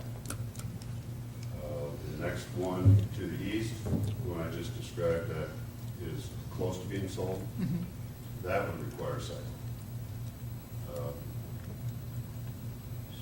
We don't normally say the name. Yeah, The one to the east of that. Faber home. On the corner there. Well, the Faber home. Oh. Okay, it's 2 separate lots. Yeah. Where the home is, right now, is, that could fall under their, doesn't go anywhere. If we made him put it in, right now it goes to an empty lot, but then you go to the corner lot, which he also owns, that's been required for years to have sidewalk. And it doesn't. So if that had sidewalk on, then the Faber lot that has the house on would be required to have sidewalk. And it all should have sidewalks. School is starting again this week, and there are so many kids, especially as that K&S development gets going, that I see walking along the grass there. And with the track and everything on the other side, and we did Stadium Drive so that there won't be a sidewalk on the opposite side, there has to be a sidewalk. We just spent $1 gazillion on a bridge for safety, and they can't walk along a major street beside our middle school and high school safely. I can give you another example, Delana, because I seen it this morning. For years, it's in the prime edition, so go to 15th Street directly south of what you brought up. That doesn't meet what we just addressed of the 80%, because not 80% of those lots are sold or developed on. But what I noticed this morning, walking on the south side of 15th Street, there is no sidewalk. It's an empty lot, but somebody has mowed short what is supposed to be a sidewalk. A walkway? So, now, That's called an that's not unimproved required by code sidewalk? to be put in, but as a council, for safety reasons, you can require it to be put in or assessed if you want. The same with the ones on 12th Street. Now, they've said that the one owner has said you'd put it in, okay? Now, if you want me to give them a deadline, I can do that, and if it's not put in, then we put it in and assess them. I was gonna bring it up to Pat Canale, because his Canale subdivision now exceeds that 80%.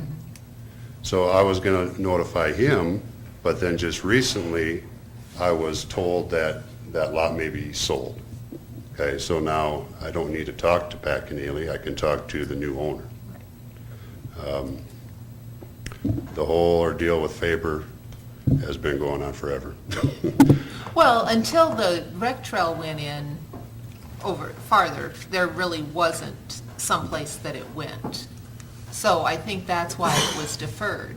But for now, I mean, that rec trail's been in along, heading out past Hy-Vee and everything out there for how many years now? 4, 5, something like that. So it just, and I mean, the city has property we need to get done as well by the fire station number 2 and some of those places. So there are things we need to address as well, but, you know, we're looking at deadlines on some of these other private properties, and that's been ongoing for years and years. I've been bringing that up. So I think we need to stop deferring and just get it done. Did you make that into a motion? I don't think I can. We are in discussion. Oh, that's right. I think everybody would support getting that sidewalk in. Yeah, is the majority of you feeling likewise? Well, 10 years ago, we didn't have kids, literally, we didn't have kids walking on 12th. Today, we have kids all the time All the walking time. on 12th, and especially with now the daycare, catty corner, and how we improved the 6th four-way stop with all the sidewalks and stuff. People are walking there. They're going to walk there. So that becomes something that we can't have them walk on the grass next to the curb, on the edge, when they're walking with their 50-pound backpack swaying back and forth and almost falling into traffic as it is. So we got to fix it. And I think we've given him ample opportunities, told him different things, told his son different times on how to do it, and they just keep saying it's not going nowhere. Well, they can't say that anymore. There are, just like Delana says, plenty of people that they go through that place. You're essentially instructing Jason to send him a letter and tell him to put it in. Well, that may have to go through the whole legal process. That's fine. Whatever. Special Well, assessment. let's start it, yeah. But, well, I think we need to start it on that one, because it's getting to be less than normal. I mean, it's a very normal occurrence to have many kids at many times, sometimes walking 5, 6 abreast in that area where the school is, on either side on the grass. Okay? And on the other one, the Canale one that's almost sold, as long as he Well, I'll has keep- presented that to the buyer, that this has to be done. I'll keep track of that. I just spoke to a potential buyer yesterday, so. Okay. Not about the sidewalk, but Because I assume he's buying it to build on, so then it would be done. Thank you. Thanks a lot. Thanks, Jason. Okay. That's all I had. Is that all you had? Yep. Rex, do you have any? Yeah, I've got this little thing in my backyard called the post office alley, which has caused a whole lot of people consternation last week when I closed it down. But the Walker people have been there every day, Even in the rain. even in the rain. And on They were Saturday. there. Saturday, they worked all day. The project is, I think, definitely bigger than they believed it was when they started putting holes in it, because there was lots of places that the water didn't run that was supposed to run. Well, that's why the water was sitting there. So, but I just gotta publicly commend them for doing the job that they're doing with not the simplest circumstances, not the easiest egress and exits and weight limits for that kind of tonnage to haul out of there. And I'm sure it's gonna be closed for another probably 3 or 4 weeks. It's not gonna be just closed for probably 2 or 3, it's probably gonna be closed for over a month, but they're gonna get it done right. I gotta publicly thank them for that. They have not met very many friends for closing the alley down, because some of the people still thought they should go down the alley even though they're working on it. And, but they're doing a great job. They are doing a great job. And We don't say that enough when people got difficult things to do, and this one is a difficult thing to do. Okay. Anything else, Rex? No, that's enough Hey, said, Ken? as they I'll say. pass today, thank you. Scott? Wastewater treatment, Rice Lake and Vanderpool have reached substantial completion as of July 9th, I guess we decided, is approximately when sufficient flow was going through the treatment plant that we can classify it as substantially complete. On the other hand, there's negotiations that still need to be had with the contractors relatives to some extra work, and whether or not that extra work all falls under liquidated damages. So we're working on that right now. In the meantime, they're still working out at the site on a series of punch lists. So, and both are making progress as nearly as I can tell. Is it functional? Yes, the bacterial growth has been achieved as of August. We intend to, in the September billing, bill the two industry accordingly for, you always bill in arrears, so it'll be for August treatment. Things are looking real good there at this stage of the game, even though it's substantially past the completion date that was originally called for in the contract documents, which was April 1st. We've had a delay at the water tower, and which I think I reported to you. I can't remember exactly, but at one time, the fabrication of the steel was the delay. Well, then, when that finally became available, in other words, the fabrication of the steel now is loosened up. However, now it's the Caldwell tank staff and crews that, because of the earlier delay of the material, they've been moved on to other sites, and so to get them back in Lamar's, sounds like it might not be until October. It was slated to be this month. What we were originally told for the delay, it was going to be in August. The other half of the project, you awarded Caldwell the tank, and you awarded Rice Lake the booster station. The booster station is coming right along, and that's almost complete. So that phase of the project is moved along very nicely. Scott, is there a completion penalty on the water tower, taking into account the delay in steel? I mean, are they under the gun to have it done by a certain time? My memory was that the fabrication was going to occur prior to December 31st, but in checking with McClure, apparently that got, when it got renegotiated after the bid opening, their completion dates are out in September of 15. So they're still going to probably achieve that, John. Even though the tank maybe won't be up by the end of the year, it might be spring of 15 before you see the tank now. I don't know. I am concerned. We bid it, I thought we bid it such that the contractor would be able to fabricate and erect the tank in the best of weather. Because steel and really super cold doesn't mix, as you well know.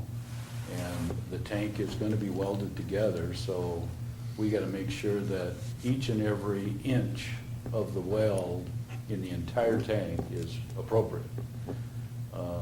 So I'm a little concerned about that, and we've asked for Caldwell Corporate to give us a response to our concern. So that's where it sits. Dale Hahn was given the contract, as you well know, to get the tank connected on a water main situation.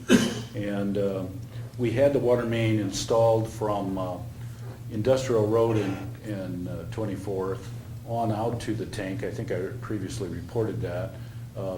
Dale Hahn is now back in town, and he's going to be making the connections from 24th down to 18th along the 6th Avenue route.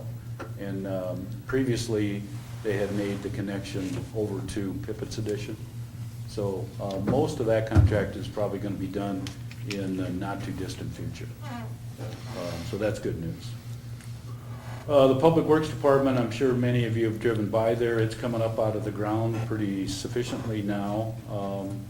And on your list of bills, you might have noticed a fairly substantial bill for the building parts. So we had, I think there was a total of 5 bills on the list, so things are really happening at this point. And I'm fairly pleased as to the progress that each of the subcontractors are making. So it looks good. The rafters are going up today. Yep. Probably by Labor Day, the bulk of the main building should be fully erected, not necessarily the skin on, interior or exterior, but the structure of the building should be up. And I'm hoping that Troy Allrich Concrete will be inside doing floors, hopefully. By that time too, Livermore will be completed with all of the stem walls for the salt storage. And so that means that EPS and Sitzman can then do the rest of the structure for that cold storage building. So things are going really well. Also by Labor Day, we should have the trail fully completed under the PCI contract out on Highway 3 West. So things are looking pretty good there. There was a 5-year, I know Delana, you said you don't like delays, but the Judge Bradley addition required by restrictive covenant that those people be given 5 years to kind of decide whether they're going to build, not build, and who's going to build, and therefore who's going to connect to city sewer, and who's going to put in curb and gutter. And so we pulled the trigger on that. Maybe if you've been out there, you've seen it. So curb and gutter went along 14th last week and should be going along 12th Street this week. Again, Dale Hahn has been hired to put in the sanitary sewer that's going down 14th to connect the new home that's going up out there. Dogwood is everything internal to Dogwood, that's the plat you approved under consent, the replat. They missed their schedule, by the way, the 180-day schedule to get that dedicated. But all the internal work is done. We did kind of a second follow-up to the punch list. There's a little bit of compaction that's needed around the intakes, but the balance of the internal work is done. So now Mosier's been hired to do the sanitary sewer along K-49. So there's pipe out there. Iowa One call's been called. They've been hired, and the directional bores going back across K-49 will occur as part of this upcoming project. That'll serve each of those 4 lots that are along K-49. Will we be filling that ditch with additional dirt as we're getting that in, or is that going to go back down to a? On the east side, since curb and gutter is not planned, that'll stay ditch. Okay. On the west side, I've asked Steve to, he's going to be doing some regrading because of wash, and I've asked him to fill the parking on the west side to the proper elevation, because currently it's not proper. We need 2.5% grade from the right-of-way line to the top of curb, and they didn't achieve that on the first round. So they will be doing that. And then Rex already reported on the alley, so that's moving along. I agree with his assessment on that. The last thing we did is Jason and I had a neighborhood meeting per your request of the request from the neighborhood for storm sewer. And that's between the George Reamer edition and the Rod Tompkins edition. If you recall, several meetings ago, you approved that subject to a neighborhood meeting. We had that meeting. 5 out of the 6 homeowners attended. The Rob Langell property did not attend. But the other 5 did, and we came to a consensus that if the homeowners would do all the removals and all the replacements of their respective properties, and that means shrubbery, irrigation systems, lawns, i.e. grass, and any other personal property that would need to be relocated or taken out of harm's way. If they would do that, would the city do the storm sewer pipe from the southwest corner of the city cemetery on down to and including crossing 6th? And I told them that I wouldn't put it on the agenda, but I thought that was a fair and reasonable solution, given, the last 10 or 12, 15 years on what we've done in other neighborhoods. So if I see, if you guys are okay with that, I would go ahead and run with that solution. So basically, all the city is doing is the storm sewer pipe. Strictly We aren't just- fixing, changing, doing anything with the private properties. Yes, all the private property, each individual property at their own expense and at their own timing would have to fix up their yards however they want, but the city would be out of it. City wouldn't be dealing with any of that. They have to go backfill and come back and bring it to regular elevation. We just rough grade it back in, right? Yeah, we would grade it, Right. we'd be doing the excavating, putting the pipe and backfilling it. And at which time then, once that was done, then whatever water is originating at the city cemetery, it would be safely carried down to Goose Creek and handled appropriately.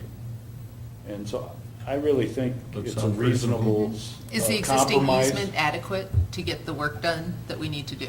Thank you for bringing that up. Not really. We've got 5 feet on the George Reamer addition, 10 feet on the Rod Tompkins. That gives us a total of 15.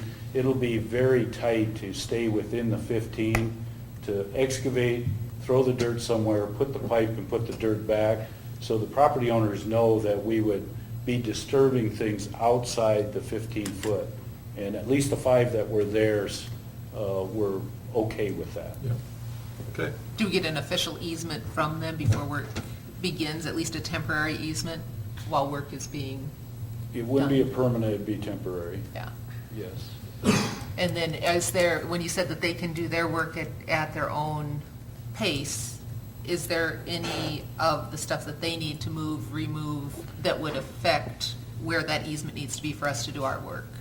That was stated on the replacement side. We would need the removals done before we could do what we need to do. Okay. So they would all have to do that somewhat in sync with one another, and they kind of indicated that they would be willing to do that. So I felt the neighborhood meeting was a good success, and although it started a little tenuous, it ended on a very happy note. Good. Good. Anything else, Scott? No, that's all I have. I do have one comment going back to the new wastewater treatment plant. Be sure and mark September 18th on your calendars. We are going to be hosting an open house out there, and it'll be for the public, so. Do we know what time? 1:30? The agenda's going to read, it'll be Wells and Deans and the Banks and Ruan people. We'll have a special tour from 2 o'clock to 3 o'clock, and it'll be open to the public from 3 o'clock to 7 o'clock. There'll be a ribbon cutting ceremony at 5 o'clock that night, and we will be having food, so just mark her down, and there'll be more to come on it, Ken. Okay? Okay, Bill? I just have one thing. I want to mention that the fall cleanup days will be September 15th to the 20th, and that's when residents can haul up to 1,000 pounds out to the landfill at no cost. That's September 15th to the 20th. And I want to comment on Bill's, because I've noticed that all of a sudden Casey's has an extra dumpster down there that's just taking cardboard and paper, which made me feel good, because I know some of that hasn't been happening to me because they're so busy with their building, but apparently somebody's out there moving forward on that, so. Recycling is moving forward. Yes. Okay, at this time, do you have anything else, Bill? No, that's all I've got.